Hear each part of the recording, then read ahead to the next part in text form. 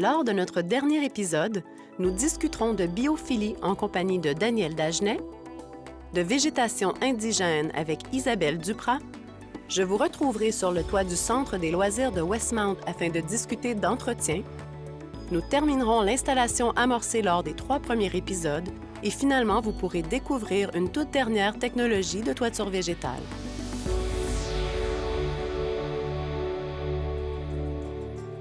Saviez-vous que des recherches démontrent qu'un environnement urbain naturalisé attire le voisinage et crée un réseau social plus fort?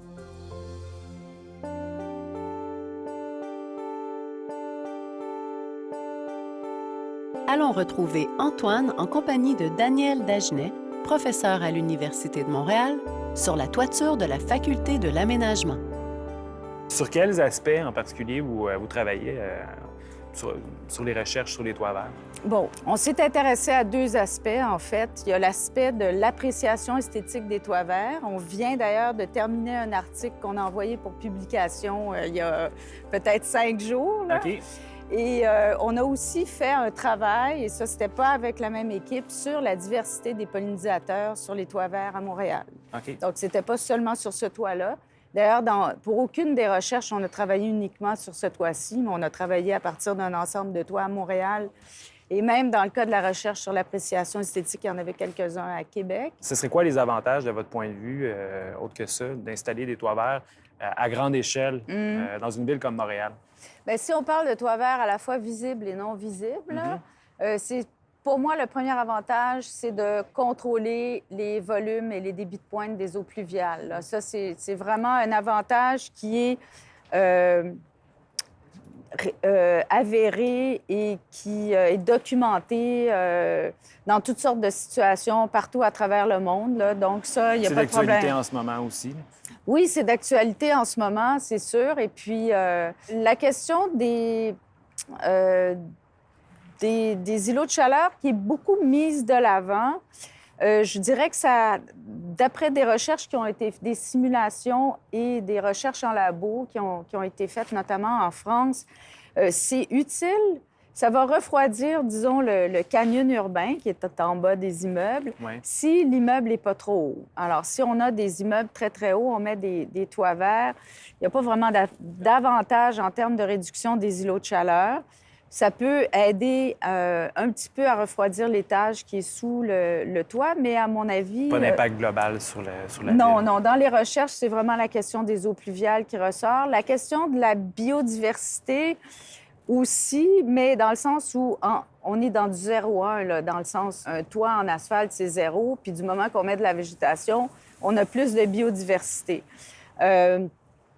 À savoir si ça peut servir de relais entre différents habitats ou permettre à des espèces qui fréquentent des habitats particuliers de survivre si on reproduit cet habitat-là sur le toit et tout. Ça, les recherches ne sont pas si concluantes que ça, non. C'est quoi pour vous le toit vert du futur ou les toits verts du futur à Montréal? Bien, tous nos beaux immeubles plats, là, ça serait vraiment bien si on pouvait avoir des toits verts sur tous ces immeubles-là. Donc, il y a en fait plusieurs avenues. Bon, évidemment que les nouveaux immeubles soient construits de façon à pouvoir accueillir des toits verts, donc pouvoir bénéficier de cet espace-là, qui n'est pas analogue à un espace de cours, que les gens ne vivent pas de la même façon, mais qui nous donne une perspective unique sur la ville. Hein. Si on va se promener, par exemple, sur le toit de Polytechnique, pas loin, là, on a une vue là, mais extraordinaire sur les Laurentides. Il faut qu'on en profite de toutes ces, je dirais, sommets de montagne-là qui sont à disponibilité des gens. Donc, il faudrait qu'on en bénéficie. Il faudrait que les nouveaux immeubles, donc, comme je disais, accueillent nécessairement des toits verts. Et probablement qu'en forçant, un peu comme la Ville de Toronto a fait, en imposant la pose de toits verts sur les nouvelles constructions, puis si je ne m'abuse, les réfections de toits, ça a forcé, ce que les gens de Toronto nous disaient, c'est qu'en fait, les prix des toits verts ont baissé parce que là, l'industrie voyait l'intérêt de voyait qu'il y avait un marché. Et les industriels vont se compétitionner entre eux. Et puis, forcément, il faut qu'ils baissent les prix et Ouais. aussi en mettant à l'épreuve sur plus de toits les technologies, bien, on les perfectionne Oui. et tout. Donc, c'est savoir. bénéfique, oui. Saviez-vous que les recherches démontrent que le contact avec la nature crée un état d'être apaisant qui nous aide à maintenir un niveau élevé d'activité psychophysiologique nécessaire à l'accomplissement de tâches complexes.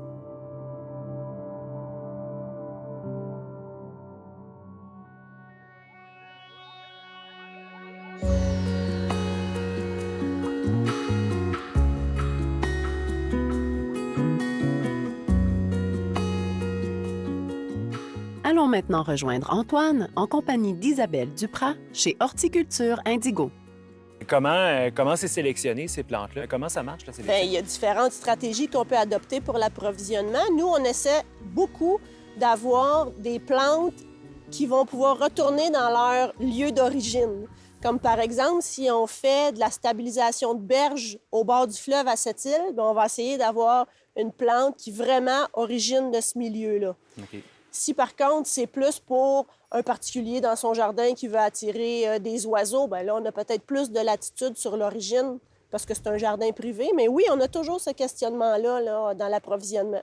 Bon, on s'entend, les toits verts, c'est pas nécessairement un milieu naturel, c'est sur du bâti. Comment la sélection des plantes indigènes se fait pour un toit vert? On y va beaucoup, je dirais, par mimétisme, c'est-à-dire qu'on regarde les conditions qu'il y a sur un toit vert. Donc, c'est venteux, il y a des gros écarts de température, autant l'été comme l'hiver. Les substrats sont souvent très drainants. Fait qu'on essaye de retrouver dans la nature des habitats qui ressemblent à ça. Un des habitats qui ressemble à ça, c'est les falaises maritimes. OK. Donc, on va regarder c'est quoi à l'état sauvage qui pousse sur des falaises maritimes. Puis, à partir de là, nous, notre travail, c'est de faire des tests, voir comment on peut reproduire ces plantes-là, de faire des essais sur des projets. Puis, quand on est sûr de notre coup, bien là, on peut la proposer à un plus large là, public puis aux professionnels. Ce serait quoi ton top 3, finalement, des plantes que tu utiliserais pour un toit vert? Au fil des années d'un plantes indigènes, il y a des plantes qui se démarquent vraiment. Oui. Il y en a 3 que moi, j'aime beaucoup. Il y a l'iris à pétales aigus, OK. qui est un iris qui vient, le Bas-Saint-Laurent, en Gaspésie. Il pousse d'un crack de roche sur le bord du fleuve et il est très résistant. OK. Il y a aussi la potentille littoralis. C'est une petite potentille extrêmement résistante. OK. Elle prend une certaine hauteur, puis elle résiste bien à la sécheresse. Puis il y en a un autre que j'aime beaucoup, qui est une autre potentille indigène, qui est la potentille ancérine. Celle-là va être une rampante. Donc, elle va rapidement couvrir des superficies là, de toit là, pour bien stabiliser tout ça. Est-ce qu'il y a des défis particuliers à faire pousser des plantes indigènes pour monsieur, madame, tout le monde? Mais c'est sûr qu'il faut sélectionner des plantes qui ont une bonne résistance à la sécheresse puis au drainage rapide. Donc, il faut que ce soit des plantes résistantes. Moi, je dirais que c'est pas la plante en tant que telle que le jardinier doit surveiller, c'est plutôt les envahisseurs éventuels. Oui. C'est bien plus là que les jardiniers ont une surveillance à faire puis peut-être un geste horticole à poser. Il faut de temps en temps aller désherber, entre autres pour pas qu'il y ait d'arbustes, d'arbres qui s'implantent.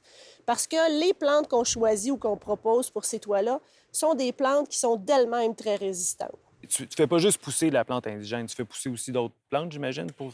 Écoute, la plante, nous, notre spécialisation, c'est vraiment la plante indigène. Ouais. Et il y a quelques années, on a décidé de faire des sédums qui sont, tu seras d'accord avec moi, la plante reine des toits verts. Principalement parce que les gens ne connaissaient pas encore les plantes indigènes destinées aux toits verts.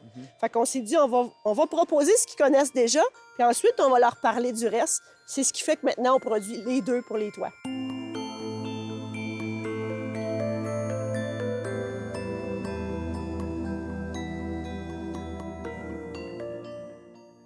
Donc, tantôt, on a parlé brièvement des sédums. Tu expliquais que c'était la reine des plantes pour les toits verts. Est-ce que tu peux nous expliquer pourquoi? Oui. Puis c'est le fun à savoir, dans le fond, parce que c'est des plantes qui sont vraiment particulières, puis ils ont un mécanisme qui fait qu'elles ne transpirent pas de jour. OK. Puis c'est ça qui les rend résistantes à la sécheresse. C'est comme unique à cette famille de plantes-là, mais ils vont faire toute leur photosynthèse, dans le fond, la nuit. C'est comme s'ils stockaient le soleil de jour puis ils ouvrent leur port la nuit. En tout cas, c'est un mécanisme ingénieux qui leur permet là, de ne pas souffrir du tout de la sécheresse là, sur les toits. Puis où est-ce qu'on la retrouve normalement, cette plante-là, en milieu naturel? Où est-ce que... Bien, on va retrouver ça dans des milieux très arides. Ça va être des fois des déserts, des fois des régions alpines très secs. Donc, des habitats où il y a juste les plantes qui ont cette capacité-là qui survivent. Puis là, on le voit, on parle des sédums, mais on le voit, il y a plusieurs variétés. Dans le fond, il y a plusieurs, peut-être pas variétés ou espèces, finalement. Des espèces! Et il y a bien des variétés. Nous, on cultive des espèces de sédum, puis oui, tu le fais remarquer, il y a plusieurs variétés. Puis ce que je trouve intéressant, c'est que pour une même espèce, tu as une variété de couleurs. Tu sais, là, on est en automne, c'est sûr, il y a beaucoup de rouge, mais on voit encore des petits bleus clairs, des verts flashants.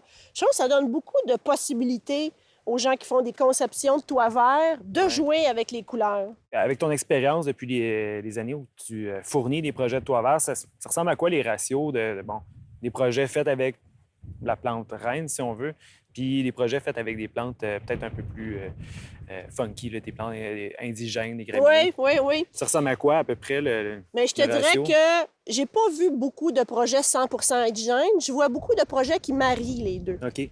Fait que ça, je trouve ça intéressant aussi. Mais il n'y a pas de raison pour lesquelles on ne pourrait pas faire des toits juste indigènes. C'est juste qu'on a cette habitude-là de travailler avec cette plante-là depuis que les toits verts existent. C'est ça, c'est pas seulement au Québec, c'est partout dans le monde, en fait, que le sédum. Non, mais en fait, si on travaille avec les sédums sur les toits verts, c'est parce que c'est les Européens qui ont commencé à faire des toits verts de la nouvelle mouture, là, si on peut dire.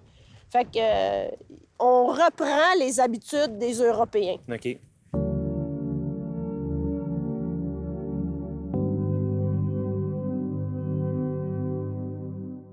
Pourquoi on utilise ce format-là dans la culture en culture, puis pourquoi on l'utilise pour la plantation aussi? Oui, bien regarde, on appelle ça des multicellules parce qu'ils sont plusieurs dans un cabaret à avoir chacun leur petite cellule. Tu vois, ici, on a un plan de Sedum coccineum. Et puis, ce qui est intéressant, c'est que les cellules, c'est quand même un bon volume de racines, mais c'est pas très profond. Puis les toits verts, on le sait, la pesanteur ou la charge que va subir une construction à cause du toit vert, elle est beaucoup, beaucoup en fonction de l'épaisseur de terreau qu'on va mettre sur un toit. Donc, on cherche à avoir le moins de terreau possible et des plantes qui sont capables de s'implanter là-dedans. Donc ça, c'est intéressant parce que ça ne va pas profondément. Et puis, tout de suite, quand on va les implanter, ils ont déjà toutes leurs racines puis ils vont coloniser et par les racines et par les tiges qui vont s'enraciner. Fait qu'on ne veut pas trop gros pour pas amener plein de terreau supplémentaires sur le toit, mais on veut assez gros pour pas qu'il y ait un trop gros choc en arrivant puis qu'il s'implante bien. Puis peut-être en terminant, là, on est à l'automne, justement. Jusqu'à quand tu recommandes de planter, finalement? Bien, je te dirais qu'il faut que les plantes aient le temps de s'enraciner un peu, parce que sinon, l'effet du gel et du dégel va les faire se ressortir du sol. Puis, à ce moment-là, bien, il y a beaucoup plus de mortalité. Fait que, il faut que les plantes aient au moins un bon 2 semaines de temps doux pour pouvoir établir leurs racines s'ancrer en quelque sorte dans le sol. Saviez-vous que les villes nord-américaines où l'on retrouve le plus de toitures végétalisées sont Chicago, Washington, New York et Toronto?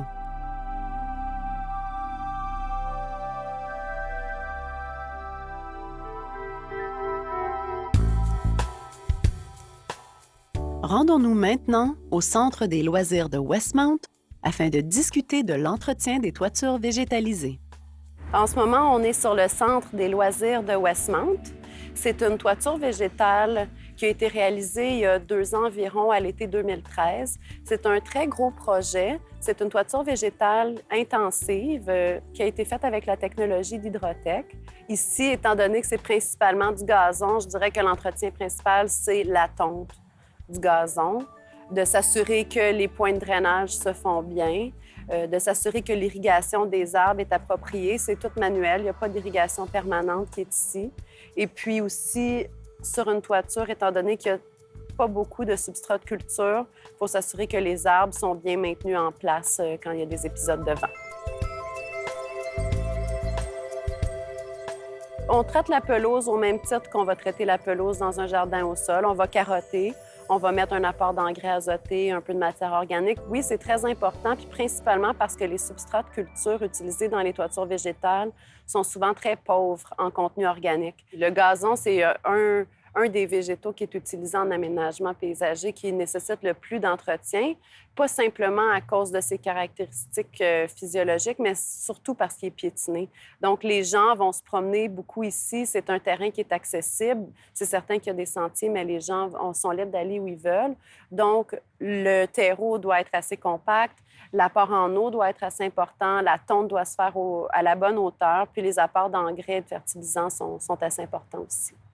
L'entretien d'une toiture intensive, comme ici, va être sensiblement la même qu'un parc, mis à part ce qui est justement de l'irrigation, parce que le peu d'épaisseur de substrat de culture fait en sorte que ça va sécher beaucoup plus vite. Donc, un apport en eau un peu plus intense que dans un parc conventionnel est nécessaire. La tonte du gazon se fait au même titre que dans un parc. Donc, on va parler aux 2 semaines, tout dépendamment de la période estivale et puis du type de gazon qui est en place. Il y a toujours les étapes printanières où on fait le carottage et puis où on fait l'apport d'engrais azotés principalement. Et puis, c'est principalement ça. Donc, d'année en année, les étapes d'entretien se répètent.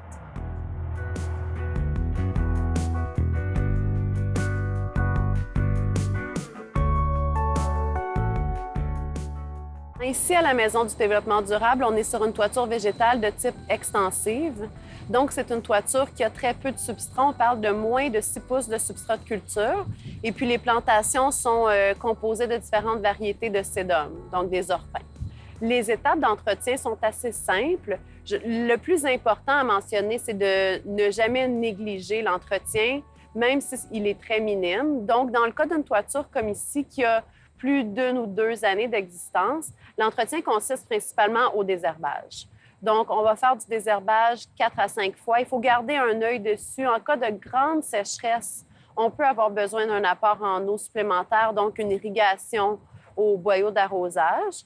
Et puis, on pourrait aussi faire un apport en fertilisant. C'est peut-être pas nécessaire à chaque année, mais c'est important de le faire une fois de temps en temps. Il y a certains étés qui ont des périodes de canicule, c'est certain. Et puis, les végétaux qui sont choisis pour les toitures extensives, comme les sédums, sont des végétaux qui sont très résistants à la sécheresse. Ça en est même parfois impressionnant. Et puis, on a pour dire un peu dans le milieu que la meilleure façon de désherber une toiture de sédum, c'est de ne pas l'arroser. Parce que les mauvaises herbes, elles, ne vont pas tolérer la sécheresse, alors que les sédums peuvent tolérer jusqu'à pratiquement 2 semaines de sécheresse continue avec des températures très, très élevées. Si on a besoin de faire l'irrigation, c'est important de ne pas le faire en plein milieu de la journée, comme dans un jardin.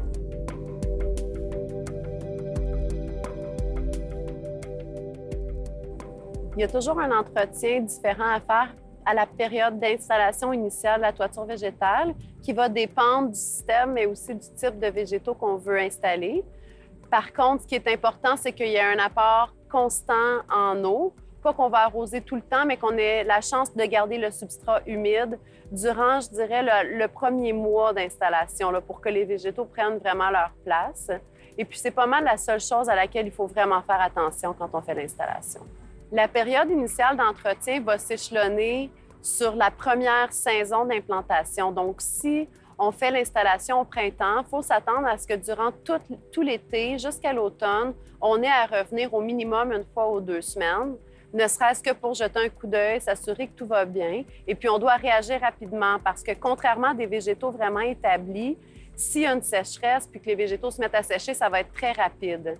Ou s'il y a une maladie ou quoi que ce soit, ça va se passer rapidement. Donc, on doit garder un œil. Et puis, si l'installation se fait à l'automne, cette saison-là va être repoussée à l'année suivante. Donc, la première saison complète suite à l'installation doit vraiment avoir un apport en entretien au minimum 1 fois ou 2 semaines.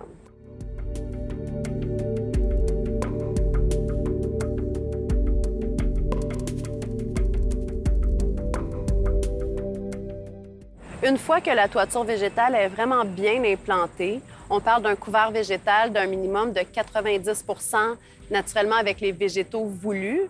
Ce qui est important, c'est de ne pas laisser s'étendre les mauvaises herbes sur des grosses superficies et puis de faire le désherbage fréquent, là, au minimum 4 à 5 fois par année. Et puis de replanter, si on a des espaces qui sont libres, de replanter avec les végétaux qu'on veut retrouver sur la toiture.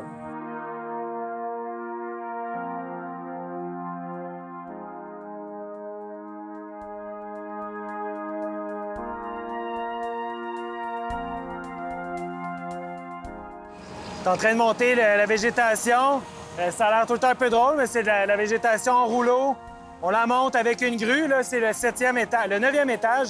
Puis après ça, on s'installe, on les déroule, puis on se croirait en campagne.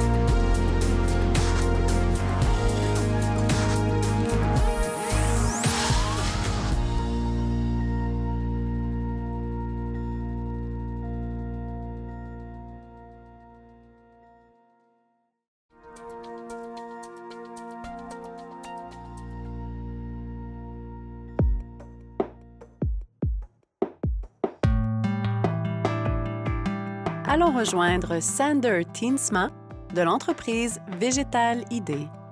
En quoi ça consiste, en fait, la technique Végétal ID? Très bien. Donc, le bac elle-même, c'est une matière plastique 100% recyclée. OK. Dans le bac, on retrouve pratiquement les composants traditionnels. Donc, il y a une couche de drainage, il y a une couche filtrage. Après, nous avons donc le substrat et on finalise finalement avec la végétalisation. Puis, comme vous l'expliquiez tantôt, ça, c'est cultivé déjà, c'est produit en champ. Tout à fait. Donc, notre bac, il est présenté ou fabriqué ou cultivé en amont. Donc, nous disposons d'une stock. Donc, ça, c'est l'avantage de cette solution-là. Quand ça arrive au chantier, les bacs ils sont livrés dans cet état-là. Donc, vous avez un aspect esthétique immédiatement. Donc, si je comprends bien, la caissette s'installe comme un peu, on installerait une dalle. Tout à fait. C'est comme un système Lego quelque part. Donc, ça se clique. Ça se clipse pratiquement un après l'autre. OK. Et ça permet justement de renforcer la stabilité du toit et notre solution. Qu'est-ce que vous diriez qui sont les principaux avantages d'utiliser une technique comme ça par rapport à une technique traditionnelle, disons? L'avantage, c'est plutôt la simplicité de l'installation. Tout dépendra aussi le projet. Nous avons fait des projets qui ont représenté une taille assez énorme, par exemple de 70 000 pieds carrés ou l'équivalent d'à peu près 6 000 mètres carrés. Okay. Comme d'autres projets, une taille beaucoup plus petite à Toronto sur une résidence privée qui n'a représenté que 200 square meters.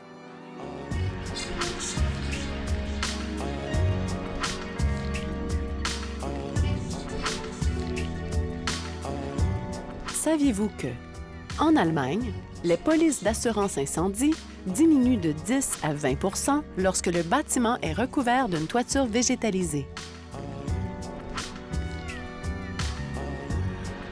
De la part de toute notre équipe, nous aimerions remercier le groupe de travail sur les toitures végétalisées ainsi que tous les participants qui ont permis la réalisation de cette série d'émissions sur les toitures végétalisées.